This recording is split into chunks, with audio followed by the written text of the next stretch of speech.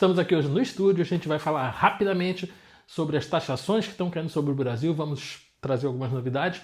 Vamos falar também sobre um pouquinho da Lei Magnitsky que está rolando esta semana.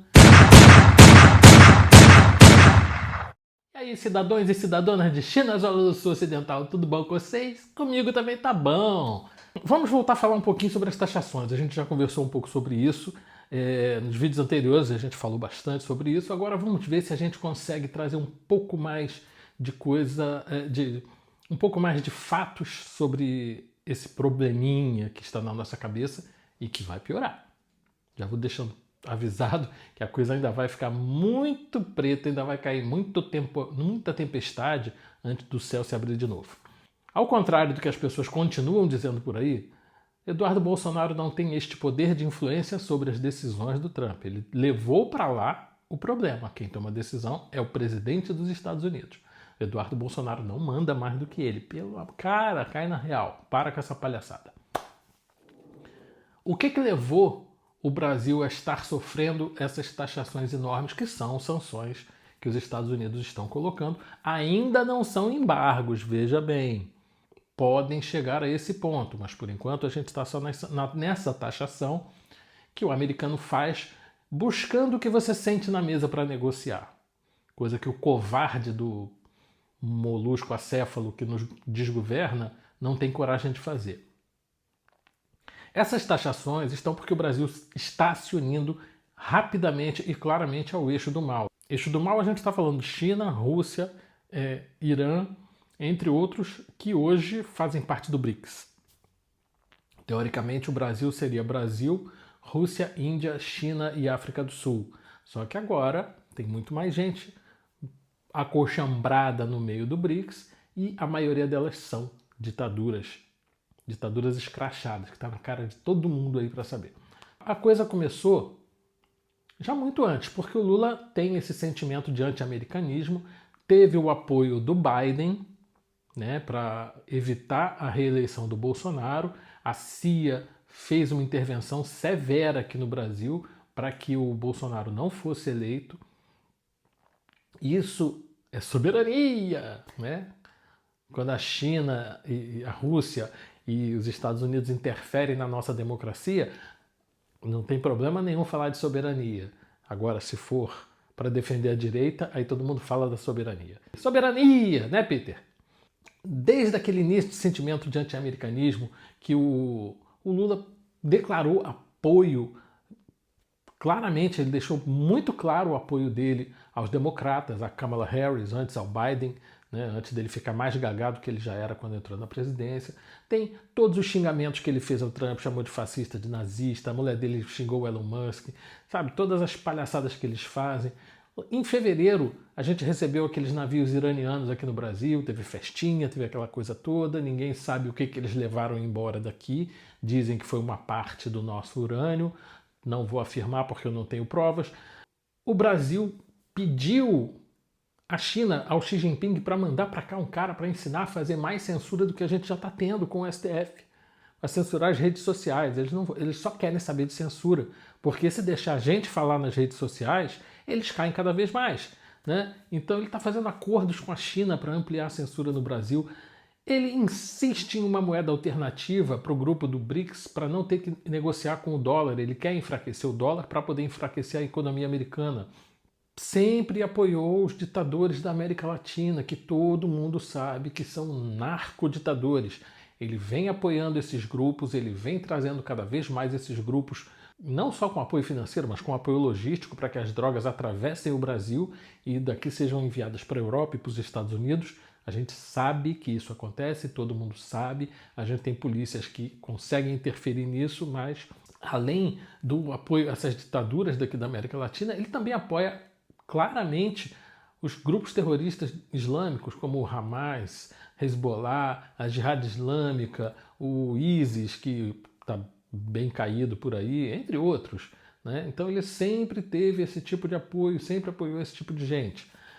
Teve aquela visita que ele fez também à Rússia no dia da vitória lá, que ele foi colocado lá em segundo plano junto com os ditadores africanos. Cara, é deprimente demais. Sem contar a visita do nosso saco de chuchu ao Irã para apoiar, né, demonstrar o apoio brasileiro, né, à posse do presidente iraniano. Sei lá como é que as coisas são feitas lá, né? Tem o fato do Brasil continuar comprando, aliás, ampliou muito a compra do petróleo russo, passou para bilhões de dólares de petróleo russo comprado, né? Que são o petróleo para bancar a Rússia na guerra contra a Ucrânia. Isso também é um absurdo, né? Para acabar de melhorar, a gente teve agora, domingo passado, um avião russo sancionado pelos Estados Unidos por ser um avião utilizado para transporte de forças terroristas, equipamento bélico e drogas, né? Os Estados Unidos sancionou esse avião e esse avião pousou na base aérea de Brasília, ficou lá num cantinho perto de um hangar, ninguém viu o que aconteceu. Ele veio da África, ficou 3 dias aqui, quando decolou daqui foi para Santa Cruz, na Colômbia, e de lá foi para Caracas, na Venezuela. E a gente sabe que mercenários do grupo Wagner chegaram a Caracas provavelmente para dar apoio a Maduro, provavelmente para fazer a proteção do Maduro. Eles são mercenários, eles não trabalham de graça. Então eles foram para lá para proteger Maduro, com certeza. Por quê? Porque Donald Trump declarou guerra aos cartéis de narcoterroristas da América do Sul. Já está declarado. Ele veio aqui no Brasil, o secretário veio aqui no Brasil e avisou, comunicou, deixou claro que os grandes grupos dos cartéis de drogas aqui do Brasil são considerados grupos terroristas também, né? PC, Comando Vermelho, PCC, etc., são atualmente considerados grupos terroristas para os americanos e eles vão combater esses grupos. Se o molusco acéfalo quiser dar apoio, ótimo, mas a gente sabe que ele não vai dar, porque é a base do dinheiro do PT. Lembra dos diálogos cabulosos? Né? Eles mantêm o diálogo cabuloso até hoje, sempre mantiveram e vão continuar mantendo. Bom, então, dito isso, a cabeça do Maduro foi colocada a prêmio, Trump colocou 50 milhões de dólares como prêmio pela cabeça do Maduro, pela prisão do Maduro, ou seja lá como for, né? Porque o cara é considerado um chefe do cartel de Los Soles e do Trem de Aragua. Com isso, o Maduro precisa se defender. Então, ele falou com o Putin, contratou o Grupo Wagner que agora se chama African Corps, passou o aviãozinho russo deles lá na África, pegou o resto do pessoal, veio para o Brasil, tiraram as fériasinhas aqui, eu não quero nem imaginar o que aconteceu. Daqui foram para Santa Cruz, pegaram mais alguns. Provavelmente esses 3 dias foi para dar tempo de algumas pessoas que a gente sabe das células do Hezbollah e do Hamas que estão aqui no Brasil, devem tempo de chegar a Brasília para embarcar com eles, e daqui eles foram para lá, para Caracas, para proteger o Maduro, para que a cabeça dele não vire 50 milhões de dólares por aí. E isso foi com total anuência do nosso país. Nós estamos nos aliando ao eixo do mal. Nós já fazemos parte do eixo do mal. Esse ser ignóbil nos colocou do lado negro da força. Eu não sei até quando as nossas forças armadas vão aceitar isso. Não sei até que ponto a nossa população vai aceitar isso. E o pior, eu não consigo entender como é que tem gente que defende isso e acha que isso é bonito. É por ignorância, só pode ser ignorância. Eu não consigo pensar em má fé, só pode ser ignorância. Então vou deixar como sendo ignorância. Ok? Então, o que a gente vê? Por que as taxações estão em 50% e devem aumentar muito mais? Talvez, dependendo do material, 100%, talvez chegue a 200%. Porque a gente tem um infeliz que não tem coragem, não tem culhões para negociar. Para chegar para o Trump e falar, olha, você está errado. Eu não estou fazendo isso, não estou fazendo isso, isso aqui que eu fiz a gente pode parar de fazer e tal, não sei o quê. E tentar colocar a casa em ordem para reduzir essa bomba que vai cair na cabeça. Porque quem vai pagar isso no final somos nós. Não o pessoal da esquerda, porque eles só vivem mamando nas tetas do governo. Mas nós que trabalhamos, geramos renda, geramos riqueza e pagamos impostos, vamos ter que pagar essa conta, para variar. Sempre cai no nosso colo. Né? Então não adianta ficar achando que o BRICS vai salvar o Brasil, porque o BRICS está sentado lá com o Lula negociando as taxas que colocaram em cima dos outros países. A China conseguiu negociar bastante coisa. A Rússia está negociando. Eles estão lá no Alasca. Ontem se encontraram lá no Alasca e estavam lá batendo papo para tentar corrigir alguns rumos de algumas coisas. E por que que o Lula está querendo dar uma de machão, querendo bater com a minhoquinha na mesa, como se ele tivesse peito para fazer alguma coisa? É um débil mental. Não sei como é que vocês apoiam esse débil mental. Bom, pois é. Então, para mim, tudo isso que está acontecendo é de cabeça pensada por conta dos neurônios de um certo ex-guerrilheiro, né, o Daniel. Né, ele, para mim, está por trás disso tudo. A intenção dele é que, com essa guerra econômica declarada, o Brasil se expresse para o mundo como inimigo dos Estados Unidos. O que me parece é que é isso que vai acontecer. E pensa bem o que pode acontecer depois disso. Né? O Brasil, se declarando como inimigo dos Estados Unidos, pode se autodeclarar em uma situação em que tenha que cancelar as eleições de 2026. Por quê? Porque este animal sabe que ele não ganha nem para síndico de um prédio onde só ele mora. Nem aquele lá do Guarujá, nem do sítio ele conseguiria. Ele não ganha, ele não tem apoio popular, isso está escrachado, ele não sai na rua, ele não anda sem segurança. Diferente do outro, que todo mundo odeia, mas onde ele para junta 200 mil pessoas. Todo mundo para conversar com ele, e ele conversa com todo mundo. Quer dizer, agora não pode, né? Porque como é que você vai deixar um camarada que mostra o poder popular que ele tem, mostra o apoio popular que ele tem, andando solto por aí? Tem que ficar preso. Qual foi o crime que ele cometeu? Nenhum. Ele foi preso porque descumpriu medidas cautelares. Ele está sob medidas cautelares por conta de um inquérito onde ele nem sequer é um investigado. E foi colocado. Parece sacanagem, cara. Se você for contar isso lá dos Estados Unidos, o pessoal vai rir da tua cara. Vai falar assim que tá completamente louco. Esse negócio que você bebeu não tava na validade. Só pode ser, cara. O cara tá preso em prisão domiciliar, sem poder se comunicar, não pode ter celular, por conta de um inquérito onde ele não é um investigado. Entra na cachola de alguém isso? Tem gente que apoia, tem gente que bate palminha. Então, isso leva a gente para o próximo tema, que é os direitos humanos. O que está sendo feito com os direitos humanos aqui no Brasil. Cara, o Brasil é signatário de quase tudo que existe a respeito de direitos humanos aí no mundo, mas nunca olha para o lado dos direitos humanos da população. Quando olha para o lado dos direitos humanos dos presos, dos bandidos. Né? Agora, o pessoal que está passando fome no Nordeste, para quê? O pessoal que está sem água no Nordeste, para quê? Fecha a transposição. Foi, afinal de contas, foi o Bolsonaro que entregou, então fecha a transposição. Vamos botar o carro-pipa lá, que com carro-pipa a gente ganha. Não é PT? Não é assim que vocês trabalham? Bom, então, o que eu queria dizer com isso? A Lei Magnitsky vai se espalhar para várias outras pessoas. Por enquanto, as sanções estão sendo baseadas nos vistos. Por enquanto, só El Cabeção de Ovo, Dom Alexandre Oglandi, o primeiro sancionado em seu nome, e a família dele estão na Lei Magnitsky. Mas vão ter outras pessoas sancionadas pela Lei Magnitsky, a coisa já está rolando. Né?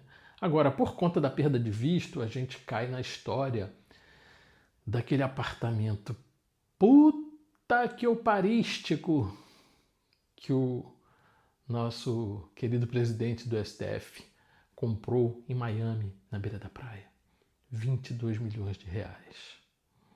Cara, 22 milhões de reais. Vamos fazer uma continha rápida aqui, nós, vamos aqui na intimidade. Já que 22 milhões de reais eu vou trabalhar a minha vida inteira e não vou conseguir juntar esse dinheiro. Não vou nem conseguir ganhar esse dinheiro com o meu salário de médico, com tudo que eu faço de produção musical, de trabalho de vídeo, de trabalho de filmagem com drone, de o próprio trabalho de médico. Como atirador esportivo não conta porque eu só perco dinheiro. A gente só gasta dinheiro como atirador esportivo nesse país.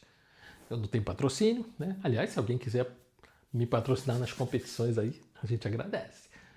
Então vamos lá, vamos voltar ao assunto aqui. Vamos fazer a conta rápido para a gente ter ideia.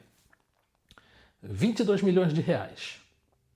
Vamos supor que o salário dele fosse 50 mil reais por mês. Quantos meses a pessoa que ganha 50 mil reais por mês leva para juntar 22 milhões de reais? Se não gastar nem um centavo desse dinheiro for única e exclusivamente para guardar para comprar esse apartamento, serão 440 meses, o que equivale a 36 anos e uns quebradinhos, talvez 36 anos e meio. Ou seja, ele teria que ter esse salário de 50 mil há 36 anos e meio para ter os 22 milhões de reais para poder entrar lá nos Estados Unidos, em Miami, e comprar aquele putaralhástico apartamento à vista. Cash. Bonitinho ali, ó. Pá! Em moeda corrente. Ah, por falar em moeda corrente, eu lembrei. Alô, galerinha, meus queridos amigos aí da Caverna do Dragão. E aí, beleza com vocês? Ah, então, vamos passar para vocês aí, Jailton, Eli, Anderson Sabe Tudo e o resto do pessoal. Vamos tentar ver se vocês entendem uma faláciazinha que vocês repetem aos quatro ventos como papagaios. Vamos voltar às histórias dos 51 imóveis da família do Bolsonaro que vocês vivem falando aí. Os caras pegaram o UOL, aquele bloguinho de esquerda igual a vocês, né, esquerdopata mesmo, doente mental. Eles pegaram toda a movimentação de diversas pessoas da família do Bolsonaro, primos de segundo e terceiro grau, tios, sobrinho, pegar todo mundo que movimentou imóveis em mais de 30 anos, juntaram tudo no bolo e colocaram como se fosse dele. Cara, isso é idiotice você jogar uma conversa dessa, porque teve até caso de imóvel que o cara vendeu para um irmão, sei lá quem foi, e depois comprou de volta. Então consta como se fossem dois imóveis, entendeu? Mas não, foi duas movimentações do mesmo imóvel. Até isso teve, o pessoal tentou jogar na conta dele. Só que nada ilegal. Tudo legalmente, tudo com escritura, tudo feito bonitinho. Como é o caso do nosso querido ministro do Supremo. Só que foram mais de 30 anos de movimentações de imóveis. E a parte mais falaciosa de tudo é que vocês falam que foi comprado em dinheiro vivo. Por que vocês falam isso? Porque o blogzinho sujo da esquerda colocou que foi comprado em moeda corrente. Eu quero acreditar que o QI de vocês está um pouquinho acima de pensar nisso, né?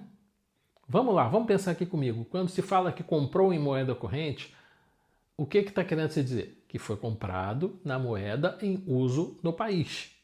E não que foi comprado em espécie, que seria o termo que seria utilizado se tivesse sido comprado em dinheiro vivo, como é o caso. Não é o caso, não sei se é. Tá? Por exemplo, eu já fiz isso, eu já comprei imóvel, então eu sei como vem na escritura. Não sei se vocês já conseguiram comprar algum imóvel alguma vez. O Jailton eu tenho certeza que já, né? Né, Jailton? Você tem, né? Dá uma olhadinha na tua escritura aí, para de palhaçada. Para de ficar passando pano pra esse teu patrão. Ora, porra. Mano, se você comprou, tá lá na escritura. Comprado em ouro. Pagamento realizado em ouro. Pagamento realizado em dívida do tesouro. Pagamento realizado em cheque. Pagamento realizado em espécie. Pagamento realizado em moeda corrente do país tal. Né? Se for em dólar, por exemplo, dos Estados Unidos. Né? Se for em real, pagamento realizado em moeda corrente. Em momento nenhum foi dito que foi pago em dinheiro.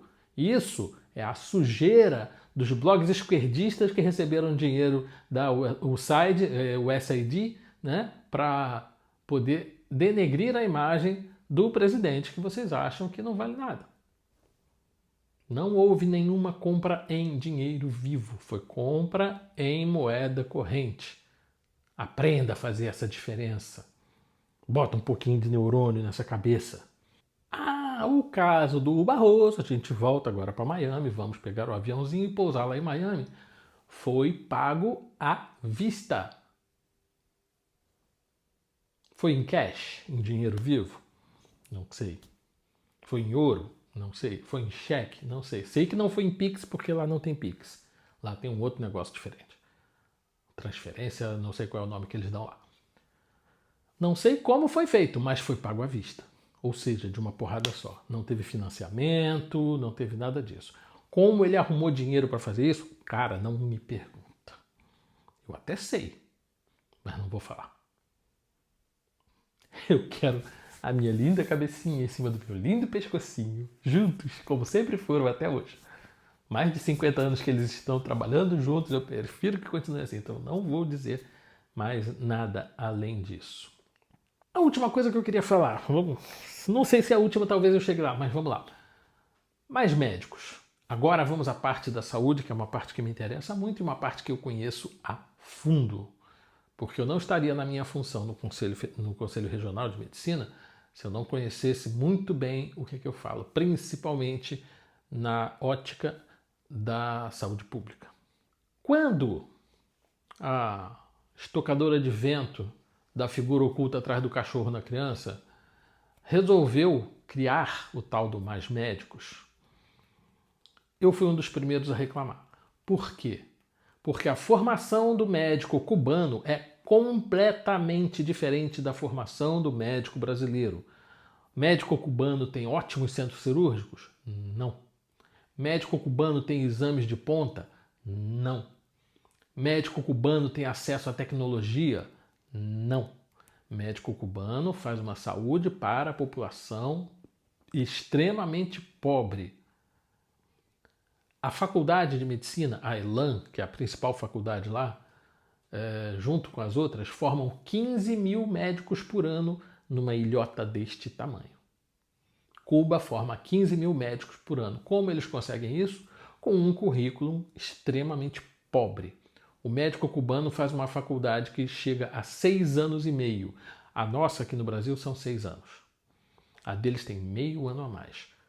O problema é que aqui no Brasil são no mínimo 8 mil horas de aula para você se formar. E lá em Cuba não chega a 5. Está entendendo a diferença? O médico brasileiro ele estuda pelo menos 3 mil horas a mais do que um médico cubano. O médico brasileiro é obrigado a passar por todas as especialidades médicas. Ele vai ver oncologia, cardiologia, dermatologia, cirurgia, pediatria, neurologia, endocrinologia. Ele vai passar por todas as especialidades, ortopedia, são muitas especialidades. O cubano não. O cubano vê o geral do que a gente chama aqui de medicina de saúde e família. Só. O cubano tem que aprender da medicina de saúde e família, porque aí você tem um médico só que cuida de tudo e cuida mal. Ele não é especialista, ele não é obrigado a saber certas coisas, mas ele não tem um especialista para dar apoio, diferente daqui do Brasil. Se o médico de família pega uma criança e ele vê alguma coisa estranha, ele pode pedir um parecer de um cirurgião pediátrico. Ele pode pedir um parecer de um ortopedista, pode pedir um parecer de um endocrinologista. O que acontece depois? A criança é encaminhada via CISREG, fica meses e meses e meses na fila esperando aparecer uma vaga para uma consulta e um dia ela vai ser atendida. Lá, nem isso. Nosso SUS precisa mudar. Muita coisa no SUS tem que ser privatizada. Muita coisa no SUS precisa sair da mão do governo para que comece a funcionar. Para que a nossa família não precise, nossas pessoas, nossa população não precise ficar doente. A intenção do Mais Médicos não era ter médicos espalhados pelo Brasil, porque se fosse, não teria um monte de cubano trabalhando aqui no Rio de Janeiro. Você acha que falta médico aqui no Rio de Janeiro? Você acha que falta médico em São Paulo? Esses lugares estão assim de médico, tem médicos estapeando por aí. né? O pessoal não quer ir para o interior, não quer. Agora, lá no interiorzão, onde realmente é necessário, tinha cubano. Alguns lugares até foram alguns e tal. Mas essas pessoas não podiam se afastar muito dos grandes centros, porque senão ficariam fora do radar dos capatazes que vieram para tomar conta dos médicos em regime de trabalho escravo. Porque o salário de 11 mil reais que eles ganhavam ficava 2.500 aqui. O resto ia para OPAs e para o governo cubano. Foram bilhões e bilhões e bilhões de reais transferidos para Cuba para ajudar a sustentar o Fidel Castro e sua caterva. Está entendendo o peso do negócio? Resolver o problema aqui? Não, mas resolveu lá. Quer dizer, resolveu não, vai resolver nunca, mas ajudou bastante. Aí vai ver aquele papo, mas Cuba tem que fazer isso porque Cuba é uma ilha muito pobre por causa dos embargos dos Estados Unidos. Não. O embargo americano impede que americanos tenham negócios em Cuba. Americanos não podem fazer negócios com a isla de Cuba. O que acontece é que, por exemplo, toda a rede hoteleira de Cuba é cubana? Não, é espanhola. A Adidas, você conhece a Adidas? Aquela marcazinha de tênis e tal? Você quer? Por acaso eu estou usando um. A Adidas não é americana, a Adidas é alemã. E financia Fidel. Vende em Cuba. Mas vende para quem pode pagar. A população não pode. A população não tem comida, como é que vai comprar um tênis? Já viu o preço de um tênis da Adidas? Entra na loja aí e vai ver o preço de um tênis da Adidas. Os tênis top estão na faixa de 2 mil. Caraca, meu, 2 mil reais. Como é que eu vou dar 2 mil reais num tênis? Tá maluco, meu? Bebeu cachaça?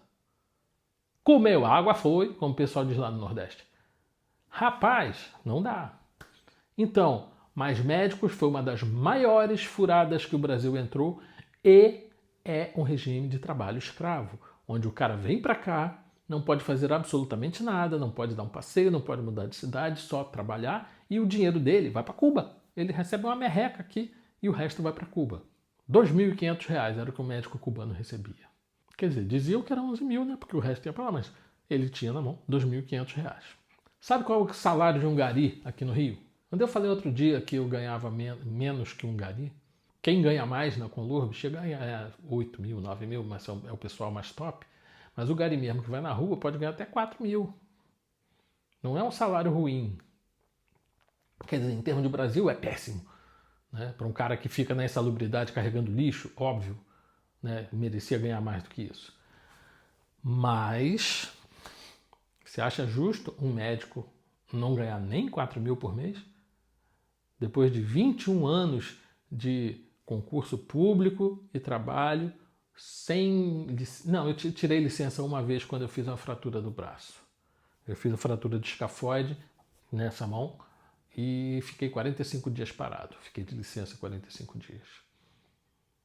Mas fora isso, eu tenho 21 anos de serviço público e não ganho isso.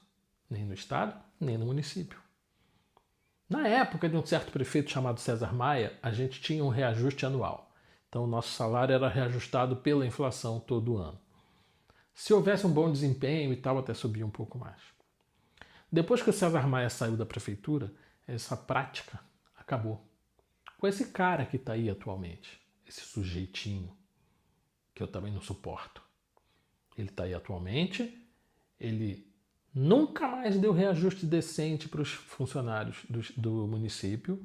As pessoas estão se aposentando, as pessoas estão saindo, o staff está praticamente acabando, tem muito pouco. Meu hospital, que tinha todas as especialidades, hoje não tem mais praticamente nenhuma, só tem um alergista, além do pediatra, do cirurgião pediátrico, que são obrigatórios ter lá, porque é um hospital pediátrico, né? Mas as especialidades pediátricas que a gente tinha lá anos atrás, não tem mais ninguém, todo mundo se aposentou e o governo não tem interesse em colocar esse pessoal de volta. Não tem interesse em contratar especialistas. Eu estou brigando para que isso aconteça. Rogério, pô, querido, dá uma força aí, cara. Vamos bater um papo sobre isso. Estou precisando dessa tua ajuda. Eu sei que você é um dos caras mais combativos aí dentro. Né? Beijão, irmão. Puta neurocirurgião, o cara é foda. Então é isso, gente. Mais Médicos é essa zona aí. Eu ia falar sobre os influenciadores que foram contratados pelo STF para melhorar a imagem do STF. Cara, olha quanto isso é ridículo. O STF não tem que ter imagem, o juiz não tem que falar fora dos autos, o juiz tem que ficar de boquinha fechada. O juiz fala através dos autos. Mas eles estão fazendo tanta merda que precisa contratar influenciadores. E cara, o vídeo é ridículo. Eu quase passei mal. É muita hipocrisia, muita idiotice, muita burrice sendo falada. Mas esse é assunto para o próximo vídeo. Valeu? Vou deixar vocês em paz por hoje. Acho que eu já falei pra cacete aqui. Grande beijo para todos vocês. Até o próximo vídeo. Se o Xandão não me prender. Beijo. Fui!